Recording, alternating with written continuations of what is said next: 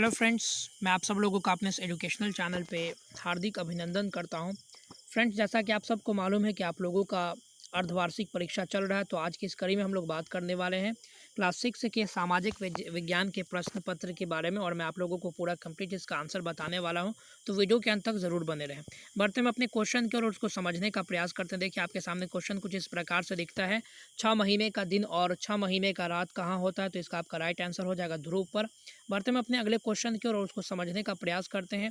हमारा अगला क्वेश्चन है, धान के फसल के लिए उपयुक्त मिट्टी है, तो यहाँ पर इसका आपका राइट आंसर हो जाएगा दोमट मिट्टी, यानी ऑप्शन नंबर 3 जो है इसका आपका राइट आंसर हो जाएगा। बढ़ते हम अपने अगले क्वेश्चन की और उसको समझने का प्रयास करते हैं। हमारा अगला क्वेश्चन कहता है कि पुरातात्विक स्रोत के रूप में किसका प्रयोग किया जाता है, तो पुरातात्विक स्रोत के रूप में जो है वो आप कह सकते हैं कि पुरातात्विक स्रोत के रूप में जो रुपया, जो पुराने समय किससे जो सिक्का वगैरह ये सब जो प्राप्त किया जाता था, उसको हम लोग जो है पुरातात्विक स्रोत के रूप में प्राप्त कर सकते हैं।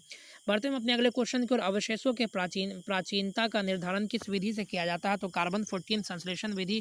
कार्बन 14 विधि से जो है हम लोग किसी भी वस्तु के जो है आयु को जानने का प्रयास करते हैं, तो यहाँ पर इसका आपका right answer option number A हो जाएगा।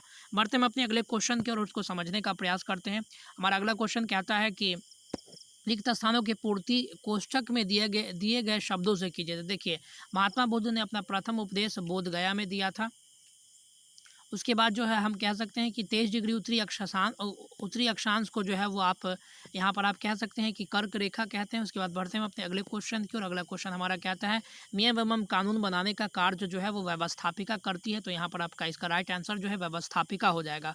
बढ़ते हैं अपने अगले क्वेश्चन की और अगला क्वेश्चन है हमारा, महास्नानागार नगर से प्राप्त हुआ है, तो ये मोहनजोदारो नगर से जो है आप कह सकते हैं महास्नानागार को प्राप्त किया गया है। बढ़ते हैं सही विकल्पों का आपको मिलान करना है, तो आपके सामने देख सकते हैं कि नीला ग्रह जो है धरती को कहा जाता है, तो पृथ्वी से इसका मिलान यहाँ पर किया गया है।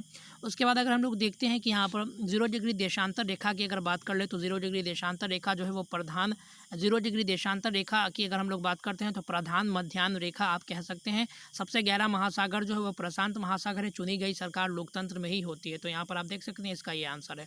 बढ़ते हम अपने अगले क्वेश्चन की और उसको समझने का प्रयास करते हैं। अगला क्वेश्चन हमारा है, जाड़े से बचाव के लिए किस प्रकार के कपड़े का उपयोग करते हैं, तो जाड़े से बचाव के लिए हम ऊनी कपड़े का इस्तेमाल करते हैं।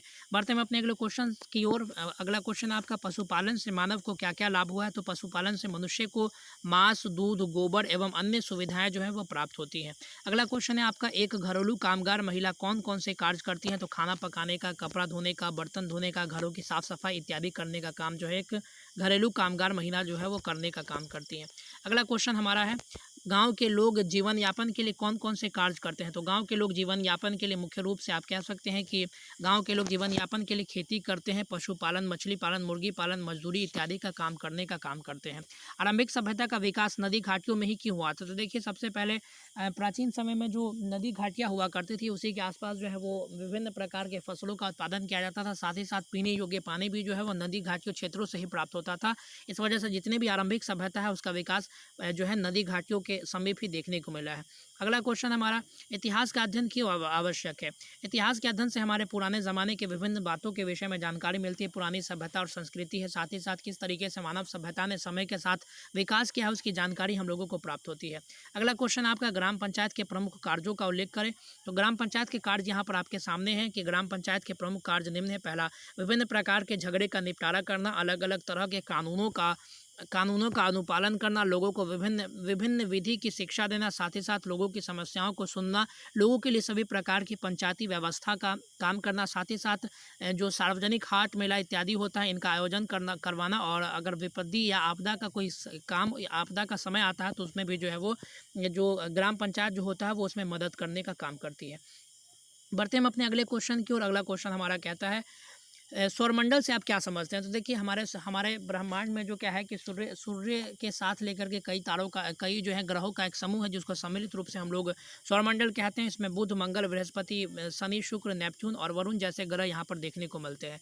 अगला क्वेश्चन हमारा है कि नवपाषाण युग में जीवन काल का स्वरूप कैसा था, तो देखिएगा यहाँ पर नवपाषाण काल को परिवर्तन का दौर भी कहा जाता है, क्योंकि इसी काल में वायुमंडलीय परिवर्तन देखने का काम हुआ है। और यहाँ पर क्या हुआ कि जैसा जैसे ही वायुमंडलीय परिवर्तन हुआ तो विभिन्न प्रकार की फसलों का जो है यहाँ पर उत्पादन होना आरंभ हो गया, जिससे मनुष्य जो है एक अस्थायी आवास बना करके रहना शुरू कर देता है।